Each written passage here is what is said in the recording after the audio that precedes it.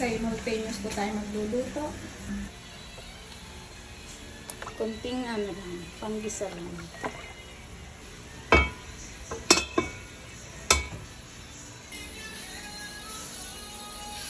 Lalagay ko na nga po ito lahat na kasi hawak ko ang isang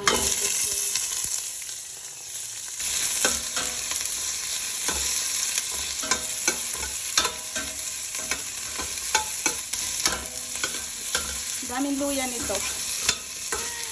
Sarap kasi may luya. Saka parang sabaw niya. Di ba maganda sa katawan ng luya. Panunga na siya.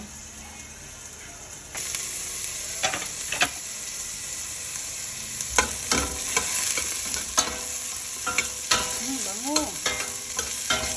Bango.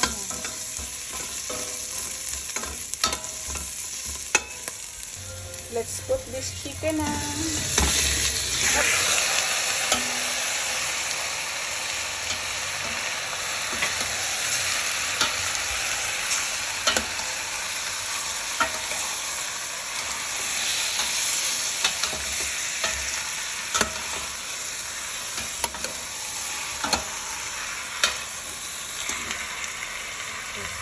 Lagyan ko muna asin.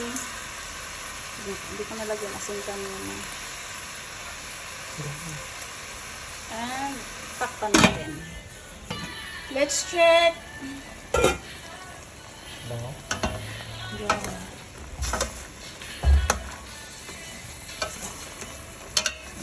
Bango. Ang nagpapabango yung luya.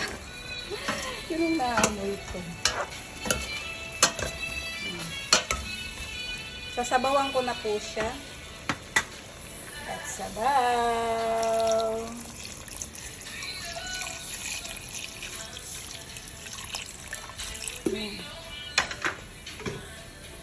Kulang na. Maglagay na tayo guys ng ano. Let's visit this. Lalagyan na natin siya ng sayote.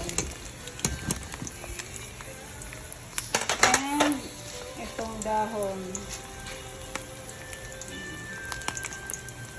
And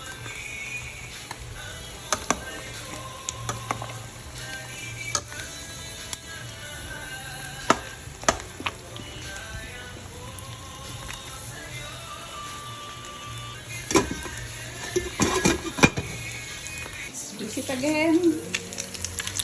Kulo-kuloin na siya. Oh.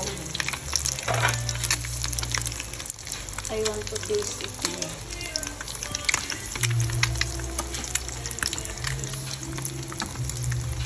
I was so long. It's open my eyes. Tikman ko naman. Sarap ng sabaw. Ang sabaw.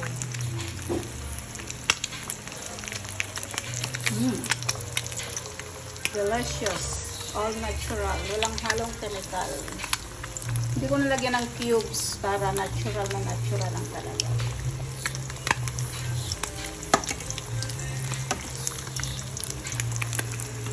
Lalagyan ko ng kunting patis.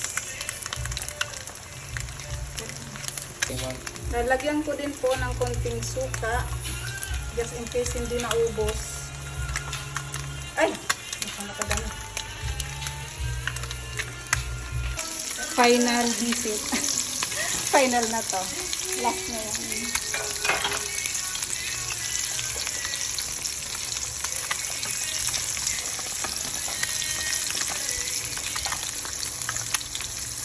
Ano? Pinaganda kong sila? May siniga. Ay, may sinola. Luto na po siya. Ang init ito.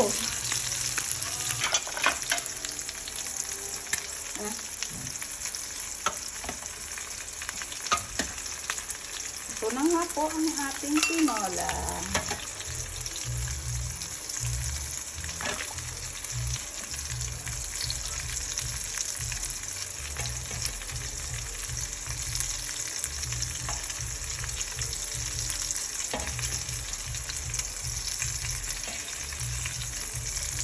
Taman! ito na nga po ang ating finished product.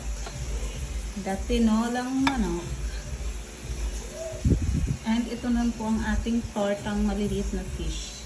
Nandun pa ang iba, hindi pa tapos.